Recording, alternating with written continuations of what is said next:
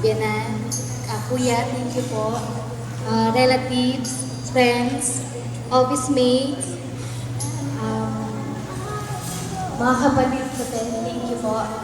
And higit sa lahat, kay friend, thank you.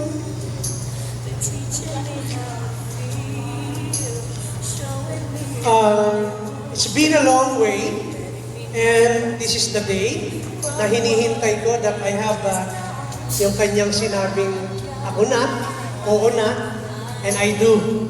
And the day that I will not really forget, sabi ko nga, it's been really a long way.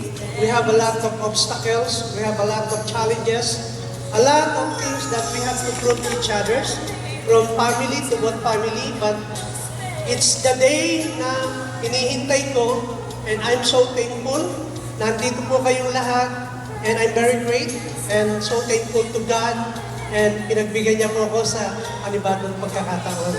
And I believe there's never stop at one point, and God's really loved me because Kate is here with me right now, with my family. Kate, I love you so much. I love you forever, till death do us apart. Thank you very much po. Maraming salamat po. Ganun din po sa mga supplier na hindi po magiging maganda po itong aming kasal without them.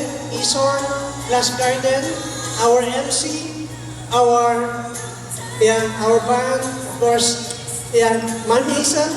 Maraming salamat po. Thank you very much!